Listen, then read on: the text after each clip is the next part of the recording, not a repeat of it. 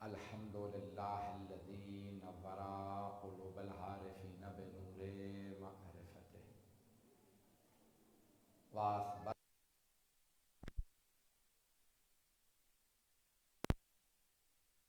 بقصص الانبیاء والمرسلین واکمل ایمان المسلمین والمؤمنین بولایت علی امیر المؤمنین علیہ السلام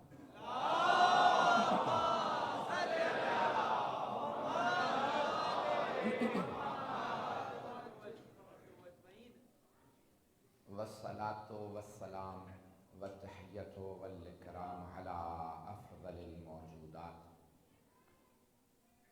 العبد المؤید والرسول المسدد المصطفى الامجد المحمود الاحمد اعنی ابا القاسم محمد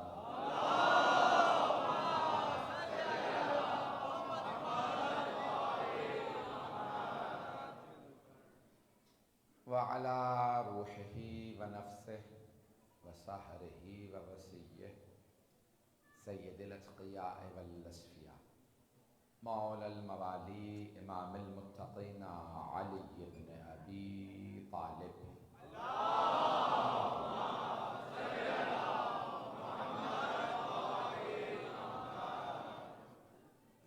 وعلى اوصیائه لا سیما بقیت اللہ فی الارضین روحی و ارواح العالمین لتراب مقدمہ الفدا واللعنۃ الدائمۃ علی اعدائهم اجمعین من الآن الی قیام یوم الدین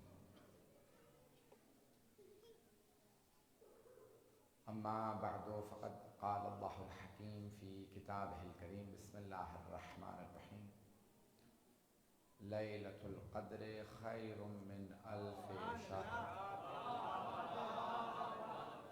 صدق اللہ العلی العظیم صلوات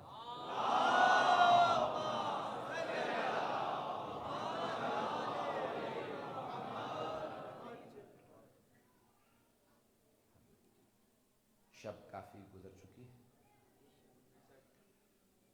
اور میں نے بھی جس آیت کا انتخاب کیا ہے اس میں ایک شب کا تذکرہ ہے۔ ہر شب ایک سی نہیں ہوتی، ہر روز ایک سا نہیں ہوتا، اسی طرح سے ہر ہستی ایک سی نہیں ہوتی۔ دلیل کے طور پہ قرآن کی آیت پیش کر دوں، تلک الرسل فضلنا بعضهم علی بعض، سورہ بقرہ ہے 3 پارہ۔ اللہ ارشاد فرماتا ہے وہ جو ہم نے رسول بھیجے ہیں، رسول کی جمع رسل، تلک الرسل فضلنا بعضهم علی بعض، وہ جو ہم نے رسول بھیجے ہیں ہم نے بعض کو بعض پہ فضیلت دی ہے۔ تو سارے رسول بھی برابر نہیں ہیں۔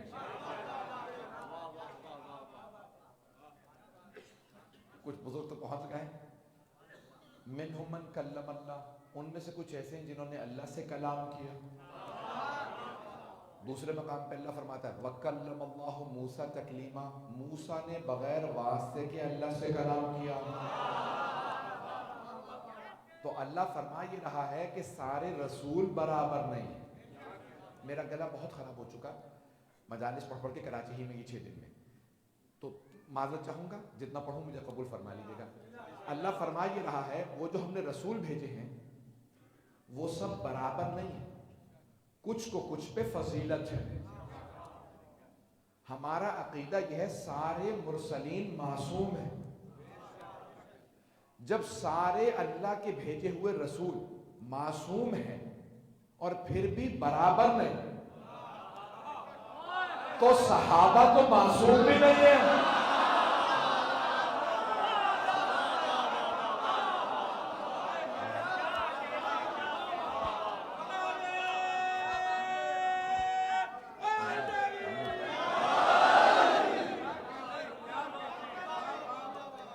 جانے گرا وہ افراد جو زور یہ دیتے ہیں کچھ فرق نہیں، سب ایک سے ہیں، جب اللہ کے رسول جو سب کے سب معصوم ہیں ایک سے نہیں۔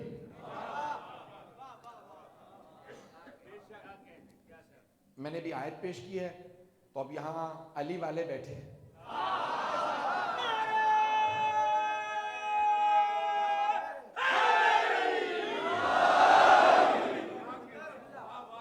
تو مولا کا ایک فرمان بھی پیش کر دوں۔ اب کئی مرتبہ خدا گواہ ہے چاہتا یہ ہوں نہ کیمرے ہوں نہ کوئی بیگانہ ہو، صرف اپنے ہوں، کھل کے پڑھوں۔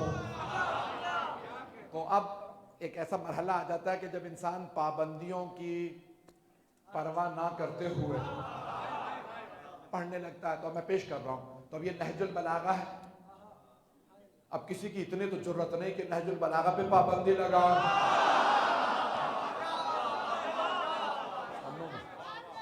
میں آپ جس محبت سے اور جس پیارے انداز سے سن رہے ہیں، میرا خود جی کر رہا ہے یہاں پڑھنے کا۔ تو عزیزان گرامی اب یہ جملہ پیش کر رہا ہوں، آپ کی محبتوں کی نظر کر رہا ہوں۔ تو میں نے قرآن کی ایک آیت پیش کی ہے، ذرا مولا کے خطبے کا ایک جملہ پیش کر دوں۔ تو کسی نے شام سے مولا کو خط لکھا کہ بنی ہاشم بنو امیہ ایک ہی جیسے ہیں، بیٹھ کے فیصلہ کر لیتے ہیں، جنگ کی کیا ضرورت ہے۔ تو جناب امیر کا خط ہے جس میں آپ فرماتے ہیں، توجہ سے سنیے گا، لیس الامیۃ کالہاشم، امیہ ہاشم جیسا نہیں تھا۔ توجہ، آپ فرماتے ہیں امیہ، تو کہتا ہے بنو امیہ بنو ہاشم ایک جیسے، امیہ اس سے کہتے ہیں تیرا جد امیہ میرے جد ہاشم جیسا نہیں تھا۔ پھر کہتے ہیں لیس الحرب کعبد مناف، اس کے دادا کا نام لیا، پہنچ گیا ذرا، حرب عبد مناف یعنی عبد المطلب جیسا نہیں تھا۔ پھر ایک اور جملہ کہ لیست تریدو، مولا فرماتے ہیں جسے بزم سے نکال دیا جائے وہ ویسا نہیں ہو سکتا جس کے لیے پیغمبر تعظیم میں کھڑے ہو۔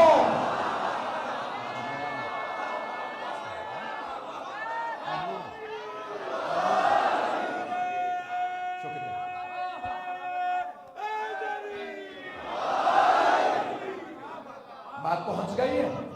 میں جو بچے نہیں پہنچے، نوجوان نہیں پہنچے، یہ جناب امیر نے اس کے ایک رشتہ دار کے لیے، اس کے ایک بڑے کے لیے فرمایا جسے پیغمبر نے بزم سے نکالا، تو اس کا مقابلہ ابو طالب سے کرتا ہے۔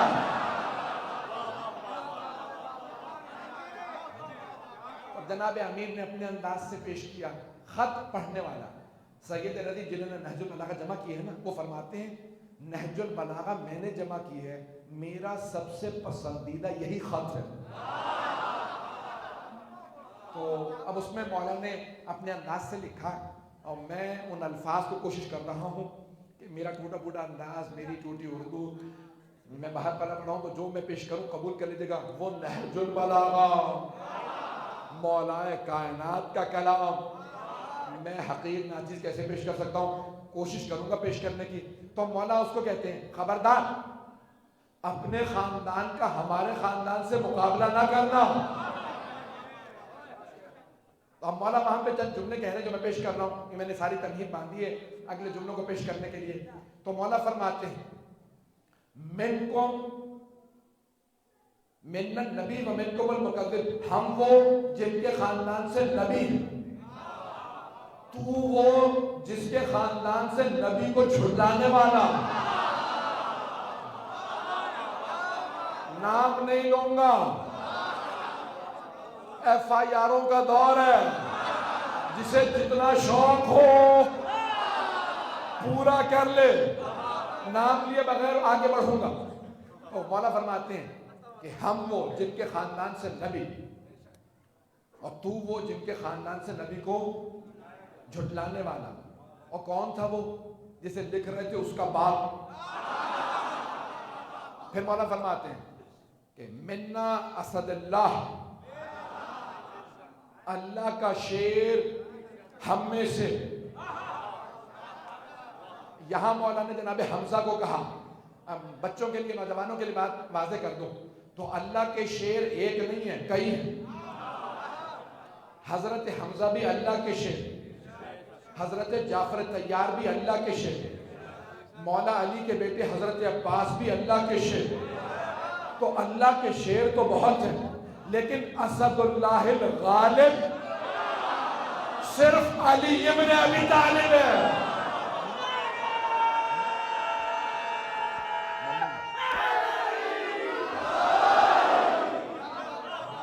بات واضح ہو گئی ہے. جو اللہ کے شیروں پہ بھی غالب ہو, جو غالب کل غالب ہو, وہ صرف علی ابن ابی طالب. اور مولا فرماتے ہیں اللہ اور اللہ کے رسول کا شیر حمزہ ہم میں سے, منا اسد اللہ ومنکم اسد الاحلاف. احلاف کہتے ہیں حلف کی جمع, کہ ہم میں سے اللہ کا شیر اور تم میں جھوٹی قسمیں کھانے والوں کا شیر. نہیں پہنچا سکا. جس کو لکھ رہے تھے اس کے ماموں کی طرف اشارہ. پہنچتے رہیے گا جانے گرامی. پھر آپ فرماتے ہیں, یہ نہج البلاغہ ہے کہ مولا کا جو خط ہے پڑھ لیجیے گا گھر جا کے. تو اب اس میں مولا پھر فرماتے ہیں منت طیار, جعفر طیار ہم میں سے. پھر فرماتے ہیں منا سیدۃ النساء العالمین, سارے عالمین کی ملکہ ہم میں سے. وَمِنْكُمْ حَمَّالَةُ الْحَطَبِ, جس کے لیے اللہ نے قرآن میں سورہ تبت یدا ابی لہب وتب میں کہا کہ اس کے ہاتھ ٹوٹ جائیں. ابو لہب کی بیوی تھی, جسے خط لکھ رہے تھے اس کی پھپھی تھی. ام جمیل قرآن نے کہا. قرآن اور نہج البلاغہ کوئی انکار نہیں کر سکتا. تو مولا فرما رہے ہیں نہج البلاغہ میں فرماتے ہیں کہ ہم میں کائنات کی ملکہ سیدۃ النساء, تم میں حمالۃ الحطب, ہم سے مقابلہ نہ کرنا. آخری جملہ مولا کا, مولا فرماتے ہیں منا سیدہ شباب اہل الجنہ, ہم میں جوانان جنت کے سردار حسن و حسین. اب مولا نے اپنے بیٹوں کا ذکر کیا, اب اس کے بیٹے کا کیا کہیں. غور سے سنیے گا, ترجمہ کر کے آگے بڑھ جاؤں گا. مولا فرماتے ہیں منا سیدہ شباب اہل الجنہ, جوانان جنت کے سردار ہم میں سے. وَمِنْكُمْ صِبْيَةُ النَّارِ, تم میں جہنم کے بچے.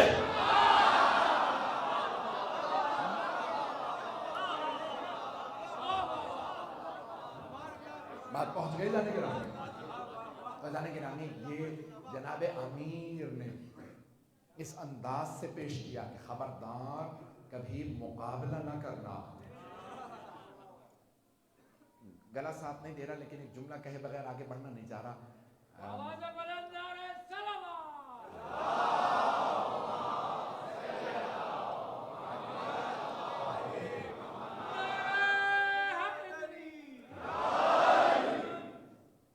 مولا فرماتے ہیں کہ وہ تلوار جو میں نے بدر و احد میں اٹھائی تھی, جس سے تیرے ماموں, نانا اور بھائی کو جہنم رسید کیا تھا,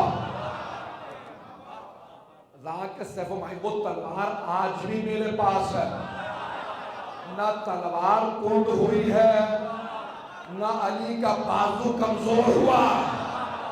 تو اگر سمجھتا ہے کہ تو مقابلہ کر سکتا ہے تو ایک تلوار لے آ جا. میں آج بھی علی ہوں, سفید داڑھی نہ دیکھ. اگر تو سمجھتا ہے میں بوڑھا ہو گیا ہوں, آج آپ دیکھتے ہیں میں ابھی بھی لڑ سکتا ہوں یا نہیں. شیر بوڑھا بھی ہو جائے تو شیر شیر ہوتا, شیر گھاس نہیں کھاتا.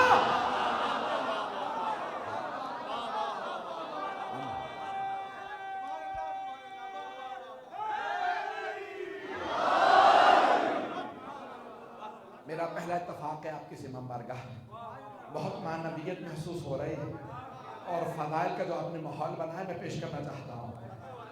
عزیزان گرامی، اب یہاں جناب امیر نے تعارف کروایا جناب سیدہ کا کہ عالمین کی ملکہ ہے۔ میں نے یہ سب کچھ ایک دلیل کے طور پہ پڑھا، قرآن کی آیت کو، مولا کے خطبے کو۔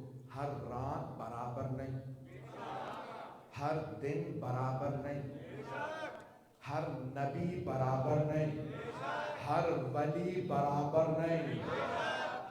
جو ولیوں کا ولی ہو وہ اور عام ولی کیسے برابر ہو سکتے ہیں؟ جس کے قدموں کی خاک سے ولی بنے ہم اسے اپنی زبان میں علی کہتے ہیں۔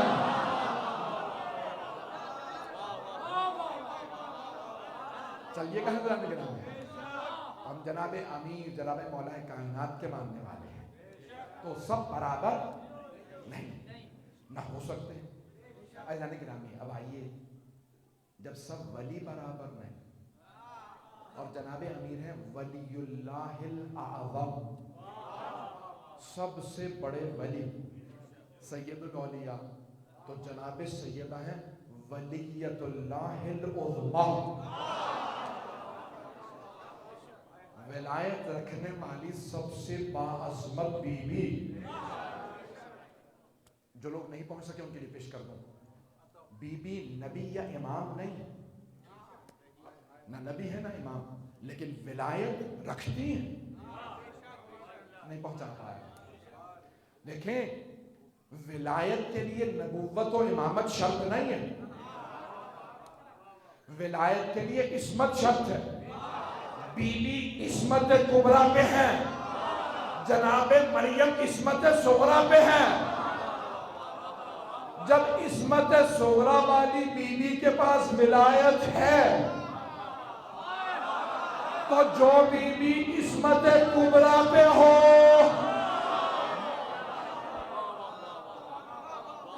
وہ ولایت کے درجے پہ ہے۔ کسی کو کوئی درجہ نصیب ہی نہیں ہو سکتا جب تک کہ سیدہ کے قدموں کی خاک نصیب نہ ہو۔ میں خدا کی قسم خطابت نہیں کر رہا، میں پوری عقیدت پیش کر رہا ہوں۔ یہ عین برہان ہے، خطابت نہیں ہے، یہ دلیل کے ساتھ بات کر رہا ہوں۔ عزیزان گرامی، میں جو جملہ پیش کرنا چاہتا ہوں، میں نے جس آیت کا انتخاب کیا ہے سورہ قدر، کہ جس میں اللہ ارشاد فرماتا ہے اِنَّا أَنزَلْنَاهُ فِي لَيْلَةِ الْقَدْرِ، ہم نے قرآن کو شب قدر میں نازل کیا۔ وَمَا أَدْرَاكَ مَا لَيْلَةُ الْقَدْرِ، اور تمہیں کیا معلوم شب قدر کیا ہے؟ کیا ہے؟ پھر اللہ خود ہی بتاتا ہے لیلۃ القدر خیر من الف شہر، یہ ایک رات 1000 مہینوں سے افضل ہے۔ مجھے تمام بزرگوں کی توجہ چاہیے، شاید آپ کے لیے جدید ہو، شاید مجھے حقیر کی تھوڑی محنت ہے اس میں نے کچھ محنت کی ہے۔ جو خواص یہاں بیٹھے ہیں شاید دیکھیں آپ کے لیے ایک نیا پہلو ہو کہ مثل کا مثل سے تقابل کیا جاتا ہے، تو اب اللہ کو معاذ اللہ مشورہ نہیں دے رہا، کہنا یہ چاہیے تھا لیلۃ القدر خیر من الف لیلہ، ایک رات 1000 راتوں سے افضل ہے۔ اللہ نے رات نہیں کہا، کہ 1000 مہینوں سے افضل ہے، یعنی راتوں سے مقابلہ ہے ہی نہیں۔ توجہ، پہنچ گئے حضرات؟ نہیں، میری کوشش تھی کہ ایک نیا پہلو پیش کر۔ توجہ، دیکھیں، رات کا رات سے مقابلہ ہوتا تو اللہ کو کہنا چاہیے تھا یہ ایک رات 1000 راتوں سے افضل، لیکن اللہ نے کہا نہیں، مقابلہ ہے ہی نہیں۔ ایک مہینے میں 30 راتیں،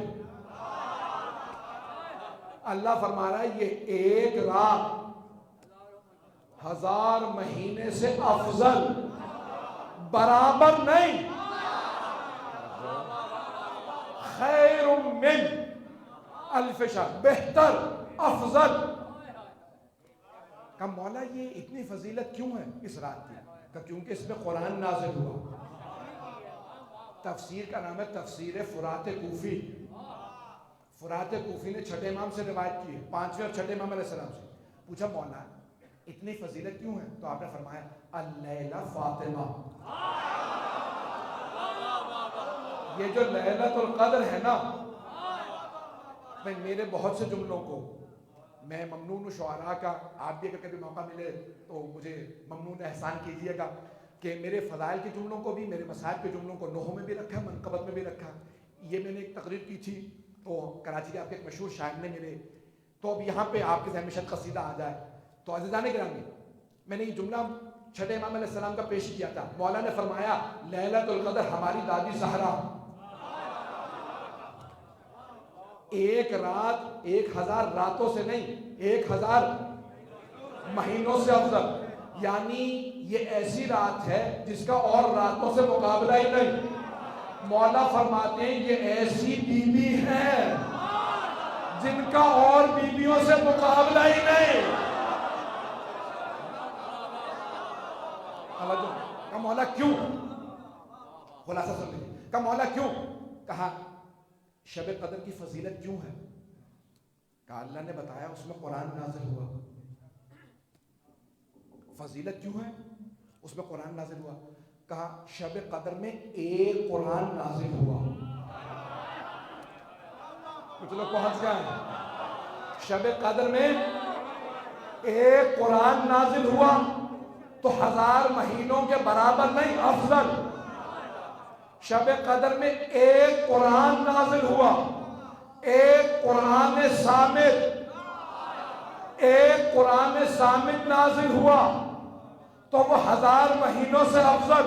کہ ہماری دادی زہرا کی آغوش سے 11 قرآن نازل.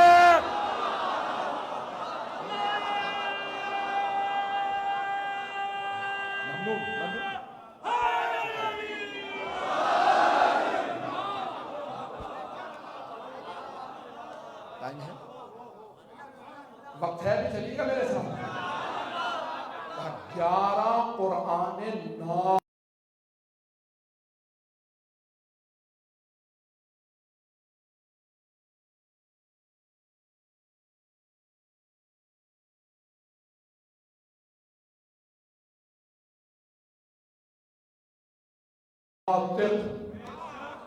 جس بی بی کی آغوش میں پلے ہو، جس کے سائے تلے ہو. اب کسی نے پوچھا مولا آپ ہیں حجت خدا، امام منصوص من اللہ، جس پہ قرآن میں نص ہے. کس سے پوچھا؟ امام حسن عسکری علیہ السلام سے. امام حسن عسکری علیہ السلام.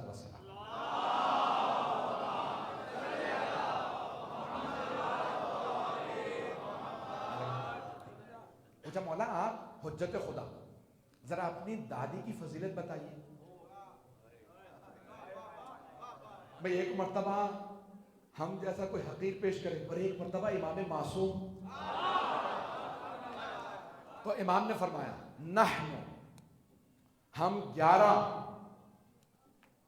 امام، نحن حجج اللہ علی الخلق، لوگوں پہ اللہ کی حجت ہے. وجدتنا فاطمہ حجت علینا، ہماری دادی فاطمہ ہم پہ حجت ہے.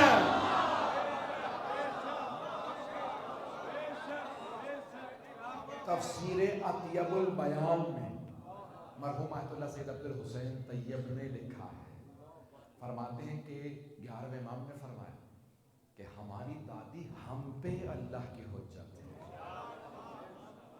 اب جناب امیر سے کسی نے سوال کیا، میں پہلے آیت پیش کر دوں اور پھر مولا کی حدیث کو پیش کروں گا اگر سننا پسند فرمائیں.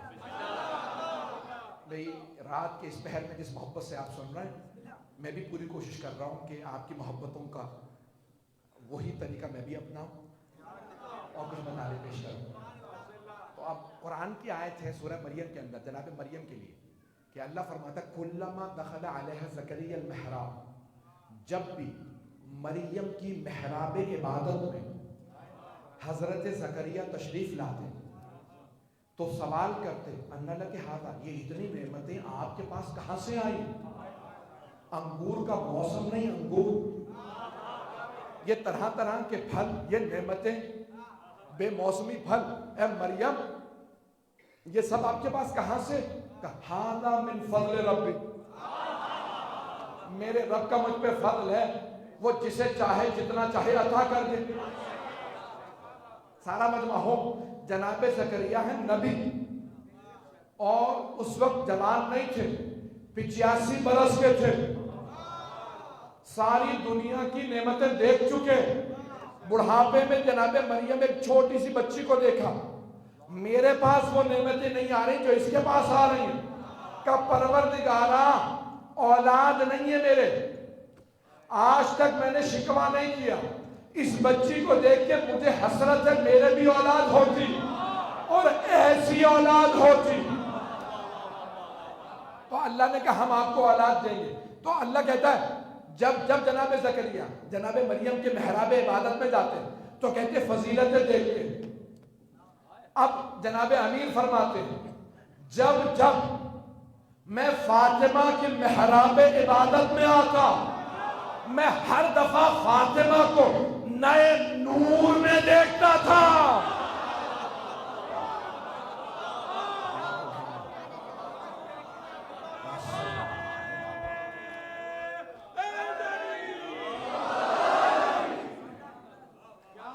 یہ سیدہ کی محراب تھی، کہ سیدہ اس انداز سے عبادت کرتی ہے۔ عزیزان گرامی، جناب امیر ان کی عظمت کو پیش کر رہے ہیں۔ کسی نے سوال کیا یا علی جناب سیدہ کو ایک جملے میں بیان کیجئے، تو آپ نے فرمایا جنت سے ایک پھول نازل ہوا تھا، اللہ نے وہ پھول نازل کیا پھر واپس جنت لے گئے، کہ آج تک اس پھول کی خوشبو اس دنیا میں باقی ہے۔ میں پتہ نہیں ترجمہ کر پایا یا نہیں کر پایا، پتہ نہیں میں پہنچا پایا ہوں یا نہیں۔ مولا کس خوبصورت انداز سے کہتے ہیں جنت سے ایک پھول آیا اور اللہ نے وہ جنت میں سے پھول بھیج کے واپس بلا لیا، اس پھول کی خوشبو باقی ہے۔ اگر دنیا میں فضائل دیکھو تو سیدہ کے ہیں، اگر رحمت للعالمین کے گھر تشریف لائے تو ان کی رحمت دکھلائے۔ میں نے پریشان کر دیا بھائی، حدیث نبوی ہے گھر میں اگر بیٹا پیدا ہو تو نعمت ہے، بیٹی پیدا ہو تو رحمت ہے، رحمت للعالمین کی رحمت۔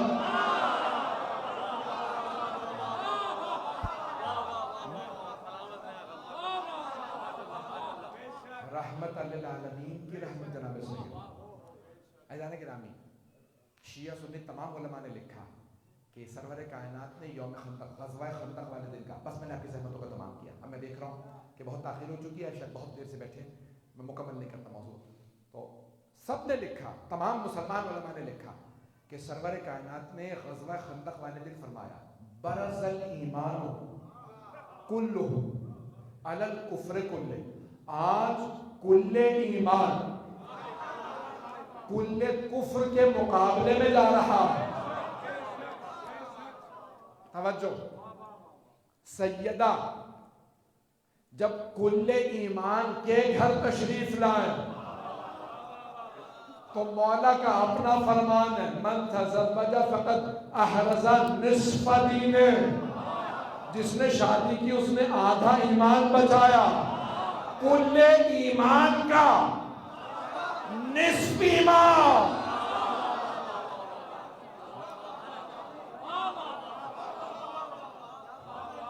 مجھے نہیں معلوم مجمع پریشان ہے یہ غور سے سن رہا ہے، آخری پہلو پیش کر رہا، آخری پہلو کہ الجنت تحت اقدام الامہات،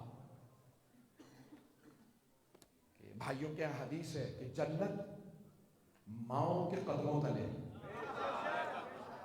الجنت تحت اقدام الامہات، تو بھائیوں نے حدیث لکھی ہے کہ جنت ماؤں کے قدموں تلے، یعنی ہر آدمی کی جنت اس کی ماں کے قدموں تلے۔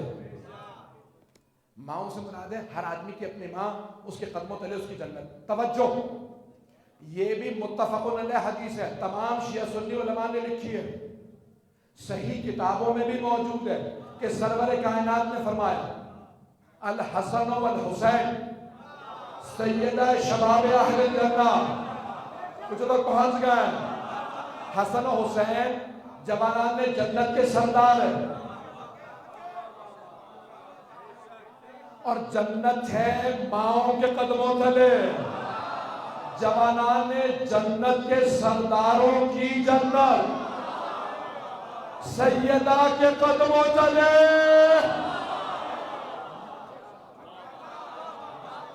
اب بات پہنچ گئے، ممنون ہوں آپ کی محبتوں کا۔ خلاصہ اور آخری جملہ سن لیجیے، شاید مجھے تھوڑی وضاحت کرنی پڑے، مختصر سے وضاحت کروں گا۔ عزیزان گرامی، اہل بیت کے تمام فضائل کا مرکز جناب سیدہ، اہل بیت کے تمام فضائل کا مرکز جناب سیدہ۔ اب فضائل دو طرح کے اہل بیت کے، کچھ گھر کے اندر کے فضائل ہیں، کچھ گھر سے باہر کے فضائل ہیں۔ گھر کے باہر کے فضائل کو دیکھنا ہو تو خلاصہ سنا دیتا ہوں، مباہلہ دیکھ لیجیے۔ ند ابناءنا و ابناءکم ونساءنا ونساءکم وانفسنا وانفسکم، قرآن ہے، سورہ آل عمران ہے۔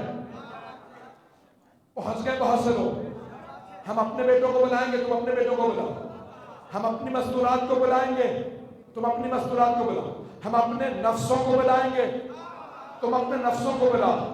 جب پیغمبر چلے، بیٹوں کی جگہ امام حسن حسین کو لیا، نساء کی جگہ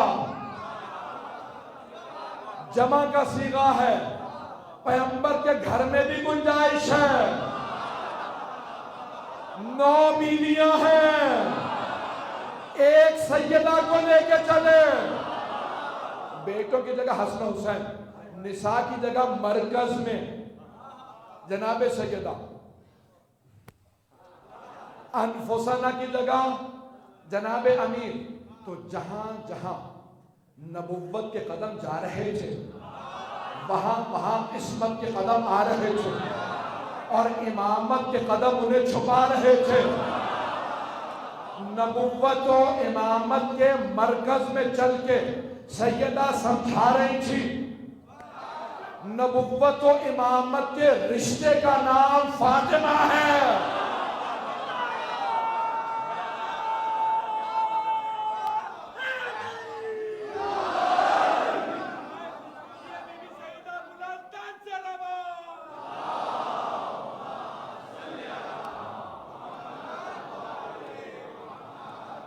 مجھے نہیں معلوم میری محنت پسند آئی آپ کو یا نہیں، میں نے بڑی محنت کر کے چند جملے جمع کیے ہیں، پیش کر رہا ہوں۔ عزیزان گرامی، مرکز جناب سیدہ، مباہلہ میں بھی مرکز جناب سیدہ، گھر کے باہر کے فضائل میں مرکز جناب سیدہ، گھر کے اندر کے فضائل اس کا بھی خلاصہ سنا دوں۔ خلاصہ دیکھنا ہو تو آیت تطہیر دیکھ لیں، آیت تطہیر کو سمجھنا ہو تو اس کا شان نزول سمجھنے کے لیے حدیث قصہ دیکھیں، ہے یا نہیں؟ حدیث قصہ آپ کو بتائے گی آیت تطہیر کیوں آئی۔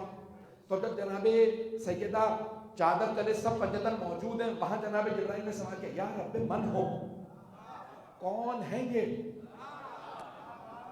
اب اللہ تعارف کروا رہا ہے، ذات عز و جل تعارف کروا رہے ہیں۔ اللہ نے تعارف کروایا، ہم فاطمہ تو و ابوہا و بعلہا و بنوہا، کون ہیں؟ کا فاطمہ ہے، فاطمہ کے بابا، فاطمہ کا شوہر، فاطمہ کے بیٹے۔ پروردگارہ یہ کوئی عام لوگ نہیں ہیں، ان کے بھی نام ہیں۔ اللہ نے کہا نہیں، میں معصومین کا تعارف کروا رہا ہوں، سیدہ کے رشتے سے تعارف کرواؤں گا، تاکہ جب جب اہل بیت پہ اختلاف ہو، میں نے سیدہ کو مرکز بنا دیا ہے. اگر کوئی کہے یہ بھی اہل بیت میں، وہ بھی اہل بیت میں، وہ بھی اہل بیت میں، تو لڑنے کی ضرورت نہیں، جھگڑنے کی ضرورت نہیں، اختلاف کی ضرورت نہیں. اسے مرکز میں پلٹا دے گا. مرکز ہے سیدہ. اگر سیدہ کا محرم ہو تو اہل بیت میں ہے، نہ محرم ہو.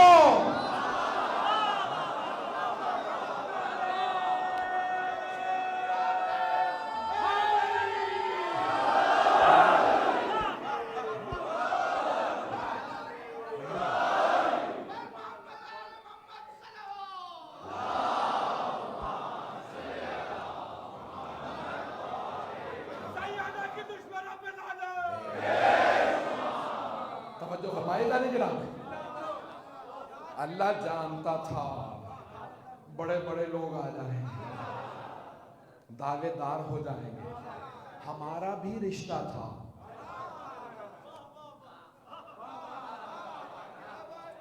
اس پہ اگر مجھے داد نہ ملی تو میں سمجھوں گا میری ساری مجلس ضائع ہو گئی. میں نام نہیں لے سکتا. اللہ جانتا تھا بڑے بڑے دعوے دار ہو جائیں گے. میرا بھی پیغمبر سے رشتہ، اس کا بھی رشتہ، جس کا رشتہ ہے وہ اہل بیت میں ہے. تو اللہ نے کہا اسی لیے میں نے اپنے حبیب کو مرکز نہیں بنایا، چونکہ جو رشتہ جوڑتا وہ دعوے دار ہو جاتا. میں نے سیدہ کو مرکز بنا دیا.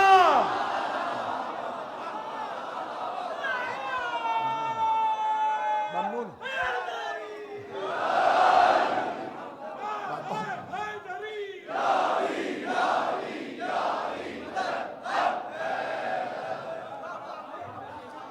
وقت نہیں رہا.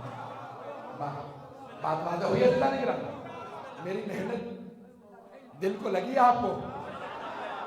میری دیکھیں آیتیں وہی ہیں، کتابیں وہی ہیں، وہی آیت وہی حدیث پڑھ کے محنت اپنی اپنی ہے. نیا نتیجہ نکالنے کے لیے ان کی عطا ہوتی ہے. ہم صرف اعلیٰ ہیں، وہ عطا کرتی ہے. بی بی کا صدقہ ہو تو عطا ہوتی ہے. میدان گرامی اب یہ مرکز خاتون نے چلنا تھے تاکہ کوئی یہ نہ کہے کہ میں بھی پیغمبر کا رشتہ دار تو ہوں. تو جو رشتہ دار بننا چاہے بن جائے. اللہ نے نظام ہی یہاں پلٹ دیا. سارے انبیاء کی نسلیں بیٹوں سے چلیں گی. حبیب خدا کی نسل بیٹی سے چلے گی. بیٹی سے، بیٹی سے، بیٹیوں سے نہیں.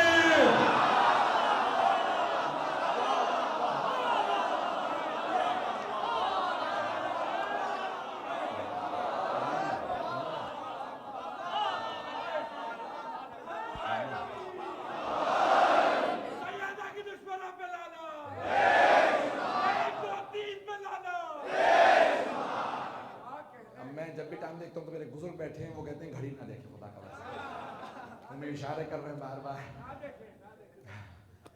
میں تو ختم کرنا چاہ رہا ہوں. میں نے پورا وقت لے لیا. اپنی اپنی گھڑیاں دیکھ کے دیکھ لیں. وقت تمام ہو گیا. چلیں پیش کر رہا ہوں. اب چلیے گا میرے ساتھ. اب میں نہیں پڑھ رہا، آپ پڑھوا رہے ہیں. تو جانے کے نام یہ ساری دنیا کا قانون یہ ہے، نسل چلتی ہے بیٹوں سے. اللہ نے رسول خدا سے کہا اِنَّا أَعْطَيْنَاكَ الْكَوْثَرَ، ہم نے آپ کو کوثر عطا کیا. آپ کی نسل چلے گی بیٹی سے. بہت سے لوگوں نے کہا نہیں حوض کوثر ہے جنت میں. میں اپنے بچوں کے لیے دلیل دے رہا ہوں تاکہ کبھی بھی بغیر دلیل کے نہ ہو. جب بات کریں نا کہ سورہ کوثر سیدہ کے لیے تو دلیل تو ہو. اچھا اللہ جب بھی حبیب خدا سے قرآن میں کہتا ہے نا آخرت کی بات تو اللہ مضارع کا صیغہ استعمال کرتا ہے، مستقبل کا، فیوچر ٹینس.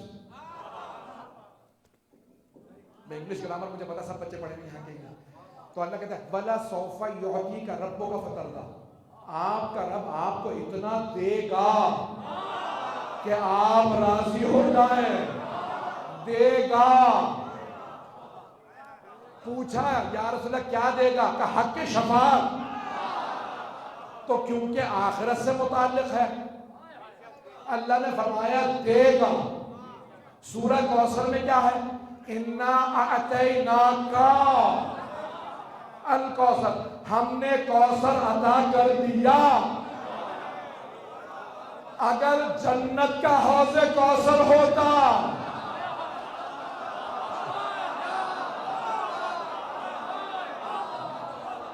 تو مظاہرے کا صیغہ ہوتا,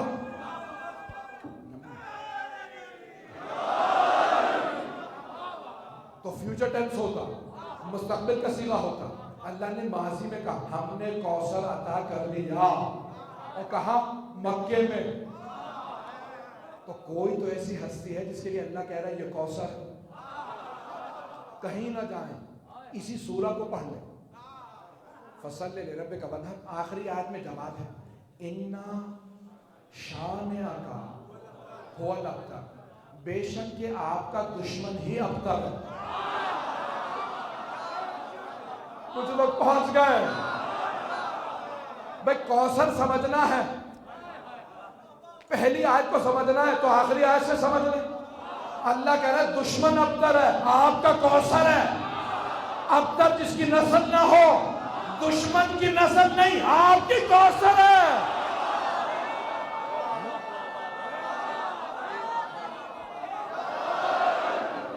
پہنچ گئے, بات پہنچ گئی نا. سیدہ کوثر ہے. تاجان گرامی, تو سب انبیاء کے نسل مردوں سے, بیٹوں سے, سرور کائنات کی نسل بیٹی سے. اللہ نے, آپ کی اردو میں کہتے ہیں الٹی گنگا, اللہ نے کہا میں گنگا پلٹ دوں گا, میں کائنات پلٹ دوں گا. معاملہ سیدہ کا, توجہ, سیدہ کا معاملہ. اللہ نے 3 بیٹے دیے پیغمبر کو, حضرت قاسم, حضرت عبداللہ, حضرت ابراہیم علیہ السلام. تینوں کو بچپنے میں اٹھا لیا. چھٹے امام سے پوچھا مولا کیوں؟ کہا اللہ یہ نہیں چاہتا تھا سیدہ کا میراث میں بھی کوئی شریک ہو.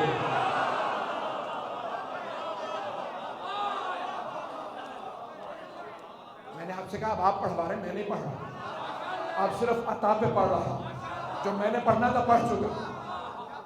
یہاں مولا نے فرمایا کہ کوئی ہماری دادی کا میراث میں شریک نہ ہو. تو 3 نقائص ہیں عام بیویوں میں. عبادت ناقص, ممبر کے احترام میں تفصیل میں نہیں جا سکتا, خاص ایام میں نماز روزہ حرام. میراث ناقص, للذکر مثل حظ الانثیین, قرآن کی آیت ہے. 2 بیٹیوں کا 1 بیٹے کے برابر میراث میں حصہ. اور گواہی ناقص, 2 خواتین گواہی دیں گی تو 1 مرد کے برابر. کچھ لوگ پہنچ گئے. حبیب خدا نے فرمایا یہ دنیا کی سب خواتین میں, میری بیٹی میں نہیں. یہ ہے بطول. بطول اسے کہتے ہیں جس کا ولادت سے شہادت تک ایک لحظہ عبادت سے باہر نہ ہو.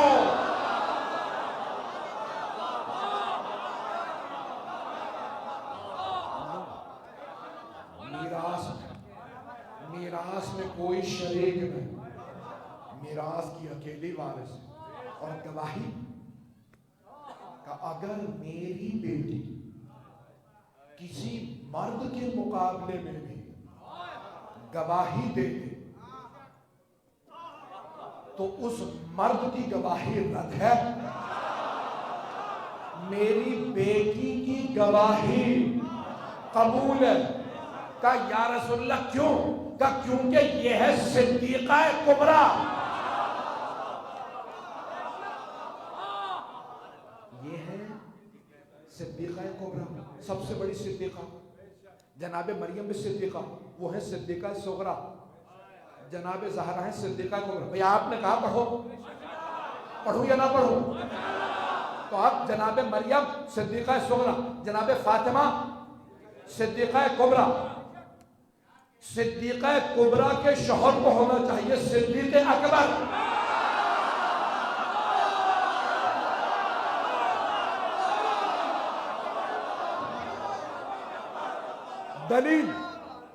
دلیل بھی دوں گا، میں جو کہوں گا دلیل دوں گا، ہر بات پہ میں دلیل لے کے آگے بڑھ رہا ہوں. اگر ان کے علاوہ کوئی صدیق اکبر یا صدیقہ کبریٰ ہوتی یا ہوتا تو پیغمبر انہی کو مباہلہ میں لے جاتے.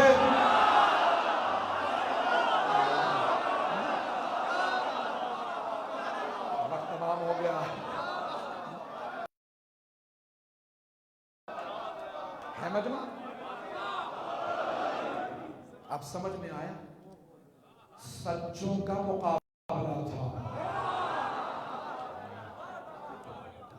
اعلان گرامی خاتون جنت آئی کہاں؟ حق کا مطالبہ کرنے، اور آنے کے بعد کہتی کہ فدق میرا ہے. تو اس نے کہا کہ کوئی گواہ ہے آپ کے پاس؟ بی بی نے کہا مجھے تو گواہ کی ضرورت ہی نہیں. پیغمبر نے دنیا کو ایک قانون دیا ہے، عربی میں کہتے ہیں قاعدۃ الید، انگلش میں کہتے ہیں لا آف پوزیشن، کہ جو شے جس کے قبضے میں ہو اس کی ہے. تو بی بی نے کہا فدق ہمارے پاس تھا، وہاں پہ ہمارے ہاری کام کر رہے تھے، تو نے نکالا ہے. ہمارے ملازمین کو تو نے نکالا، تو گواہ میں کیوں لاؤں؟ گواہ تو لا، تجھے گواہ کی ضرورت ہے، ہمیں نہیں. فدق ہمارے پاس تھا، تو نے انہیں نکالا، تو گواہ لا. کہا نہیں، گواہ آپ لائیے، اگر آپ گواہ لے آئے تو دے دوں گا. تو بی بی نے کہا میرے پہلے گواہ ہیں علی. میں نے کہا مجلس میں پڑھا تھا، پورا نہیں پڑھا. اس نے کہا نہیں، میں علی کی گواہی قبول نہیں کروں گا. بی بی نے کہا کیوں؟ کہا کیونکہ یہ آپ کے شوہر. تو بی بی نے فرمایا کیا قرآن میں لکھا کہ شوہر کی گواہی بیوی کے حق میں قبول نہیں؟ اس نے کہا نہیں، قرآن میں تو نہیں. تو بی بی نے فرمایا تو کیا میرے بابا نے فرمایا کہ شوہر کی گواہی بیوی کے حق میں قبول نہیں؟ کہا نہیں، رسول خدا نے بھی نہیں کہا. کہا پھر کیوں قبول نہیں کرے گا؟ کہا بس قبول نہیں کروں گا. آپ کے پاس اور گواہ تو لے آئیے، علی کی گواہی قبول نہیں. وہ علی جو رسالت کے سب سے بڑے گواہ ہو، مسلمان یہ نہیں سوچ رہے علی کی گواہی رد کرنے سے رسالت کے گواہ کو رد کیا جا رہا. ماحول بن گیا ہے مسائل کا، میں دیکھ رہا ہوں آنکھوں میں آنسو. انہوں نے کہا نہیں، علی کی گواہی قبول نہیں کرے. تو بی بی نے کہا ٹھیک ہے، تو میرے دونوں بیٹے حسن و حسین دونوں میرے گواہ. اس نے کہا بھی دیکھیں یہ تو پیغمبر نے بھی فرمایا نابالغ کی گواہی قبول نہیں، یہ دونوں نابالغ، ان کی گواہی قبول نہیں کرتا. وہ 9 برس کی، وہ 8 برس کی. بی بی نے کہا اگر یہی بات تھی تو پھر میرے بابا نے کیوں نہیں سوچا کہ یہ ابھی نابالغ ہے، میں انہیں جوانان جنت کا سردار نہ اعلان کروں. میرے بابا نے کہا کہ دونوں جوانان جنت کے سردار ہیں، یہ نہیں کہا جب بالغ ہوں گے تو ہو جائیں گے. کہا مجھے نہیں معلوم، میں قبول نہیں کروں گا، ان دونوں کی گواہی بھی قبول نہیں. امام حسن حسین کی گواہی بھی اس نے رد کر دی. اب بی بی نے کہا ام ایمن میری گواہ. حضرت ام ایمن جناب آمنہ کی کنیز تھی، جنہوں نے جناب رسالت مآب کو بچپنے میں پالا. جب رسول خدا کو میراث میں ملی تو آپ نے فرمایا کیونکہ آپ نے مجھے پالا ہے، میری ماں کی جگہ آپ آزاد. حضرت ام ایمن نے کہا نہیں، میں نے حضرت آمنہ سے وعدہ کیا تھا جب تک زندہ رہوں گی محمد کی خدمت میں رہوں گی، میں آپ کو چھوڑ کے نہیں جاؤں گی. رسول خدا نے پھر جناب سیدہ کو دے دی. بہت بزرگ ہو گئی تھی، جناب سیدہ خود انہیں کھانا کھلا دی. بی بی نے کہا ام ایمن میری گواہ ہے. اس نے کہا نہیں، یہ خاتون ہے، اس کی گواہی آدھی ہے. حضرت ام ایمن نے برقع سر پہ رکھا، بہت بوڑھی تھی، ہاتھ میں ہنسا لیا.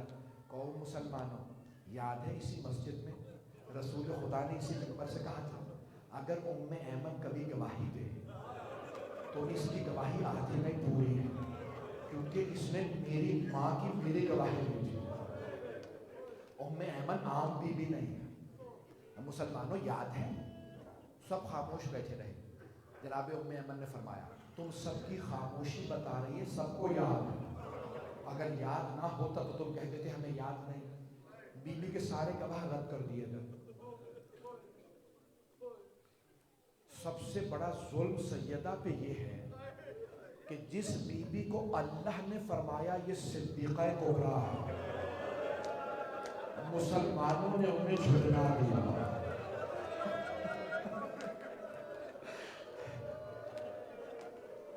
تقسیم کر دی. بی بی کہہ رہی ہے فلک میرا، انہوں نے کہا نہیں فلک آپ کا نہیں. بی بی سے برداشت نہیں ہوا. بی بی نے کہا خدا کی قسم میں کبھی جھوٹ نہیں کہتا.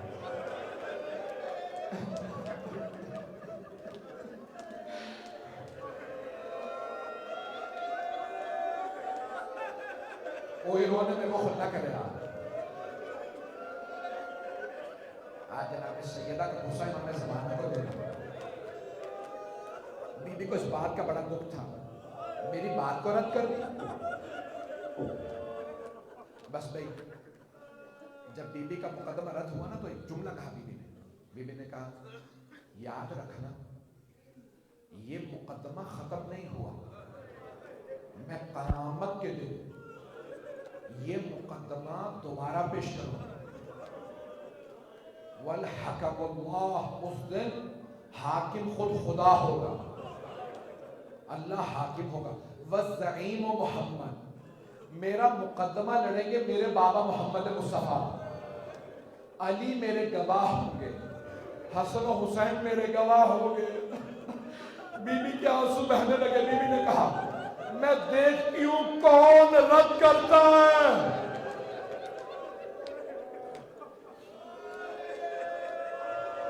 اجرکم اللہ، اجرکم اللہ. کچھ دیر کے لیے ذرا میرے ساتھ چلیے. مدینہ شہر ہے.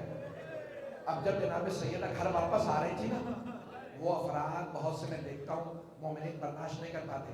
ذرا آنکھیں بند کر کے چلیے. بی بی مدینے میں جب گھر جانے لگی نا تو بی بی سے چلا نہیں جا رہا تھا. میں نے خود ایک ڈاکٹر سے پوچھا کیا ممکن ہے؟ ہماری تاریخ کی کتابوں میں آیا ہے کہ سیدہ کے بال سفید ہو گئے. بڑی ذمہ داری سے خدا کی قسم پیش کر رہا. امریکہ میں نے ایک اپنے شیعہ مومن ڈاکٹر سے زبان سے پوچھا کیا ممکن ہے؟ اس نے کہا مولانا اگر کوئی بہت بڑے صدمے میں چلا جائے نا تو ایک لحظے میں بال سفید ہو جاتے ہیں. کہتے ہیں جب جناب سیدہ دربار آئی تھی نا تو بال کالے تھے، جب گھر گئی تو بال سفید ہو گئے.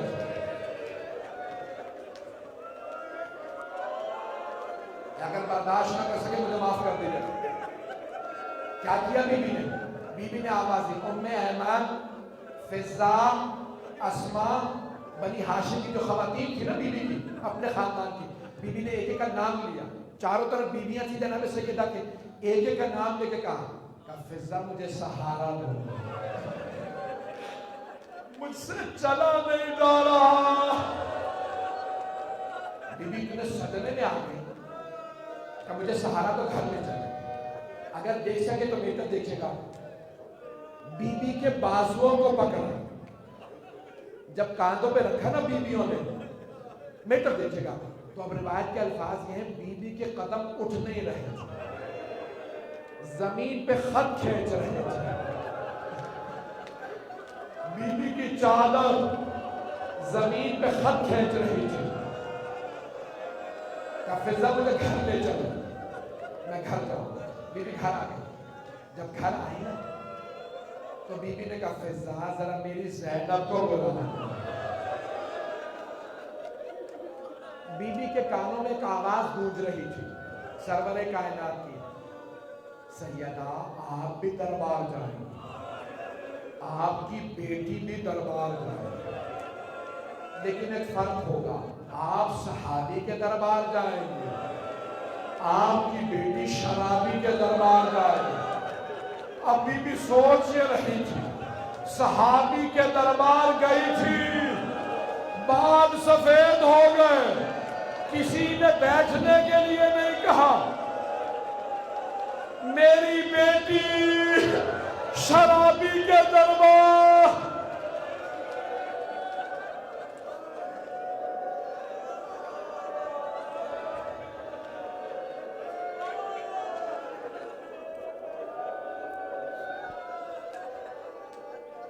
بس بھئی مجھ سے پڑھا نہیں جا رہا، میں اتنی لمبی مجلس پڑھنا ہی نہیں چاہ رہا، میری طبیعت نہیں ہے، آج یہ تیسری مجلس ہے، طاقت نہیں ہے مجھ میں، لیکن کیا کروں، جناب سیدہ کے مسائل ہیں۔ آج اگر کوئی زیادہ روئے نا تو نام لیجئے گا امام حسن و حسین کا اور کہیے گا مولا آپ کو آپ کی ماں کا پرسہ دینے آئے۔ اس سال یہ میں نے جملہ نہیں پڑھا، مولا علی نے جب تابوت تیار کر دیا نا جناب سیدہ کا تو مولا نے آواز دی کہ فضا ذرا میرے بچوں سے کہو ماں سے ودا کر دیں۔ سب سے پہلے جناب زینب آئی، ماں سے لپٹ کے رونے لگی، پھر جناب ام کلثوم کو لائی۔ مولا نے سوال کیا فضا میرے بیٹے کہاں ہیں؟ مولا حسن آئے، جناب سیدہ سے لپٹ کے رونے لگے۔ اب مولا نے کہا فضا حسین کہاں ہیں؟ جناب فضا نے عرض کی مولا حسین کہتے ہیں اگر میری ماں فخر مریم ہے تو میں فخر عیسیٰ، جب تک ماں نہیں بلائے گی میں نہیں آؤں گا۔ مولا علی نے آواز دی حسین میرے لال ماں سے ودا کر دو۔ مولا حسین آئے، دروازے پہ کھڑے ہو کے اونچی آواز سے رونے لگے، اماں مجھے بلا لیجیے۔ کفن کے بند کھل گئے، دو ہاتھ باہر نکلے۔ میرا دل کہتا بی بی نے کہا ہوگا میرے غریب، میرے مظلوم، میرے پیاسے، ناراض نہ ہونا، میں چھوڑ کے نہیں جا رہی، میں ساتھ کربلا جاؤں گی۔ جب خنجر چلے گا میں گردن پہ ہاتھ رکھوں گی، میرے حسین کبھی تنہا نہیں رہو گے۔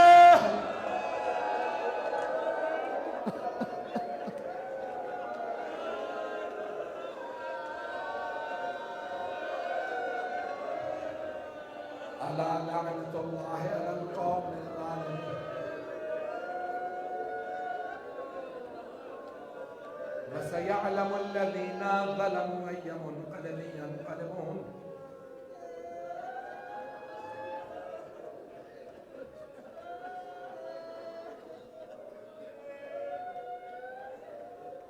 بس بھئی دو جملے دعا کے، جب آنکھ میں آنسو ہو اور سیدہ کا واسطہ ہو تو دعا رد نہیں ہوتی۔ پروردگارا واسطہ اس لحظے کا جب جناب امیر نے تابوت سے جسد مطہر کو اٹھایا۔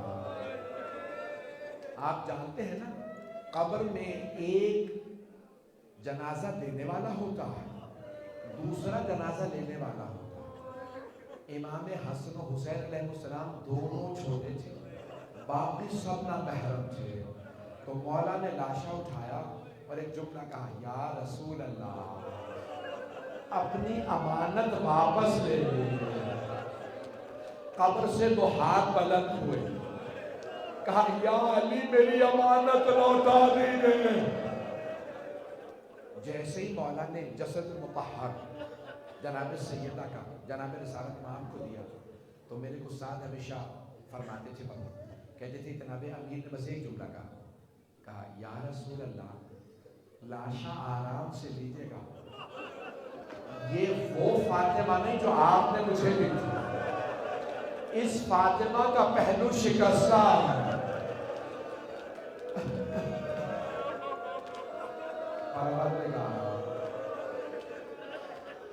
واسطہ جناب امیر و جناب سیدہ کی مظلومیت کا صاحب الزمان کے ظہور میں تعجیل فرمائے، دشمنان اہل بیت کو نیست و نابود فرمائے، دہشت گردی کا خاتمہ فرمائے،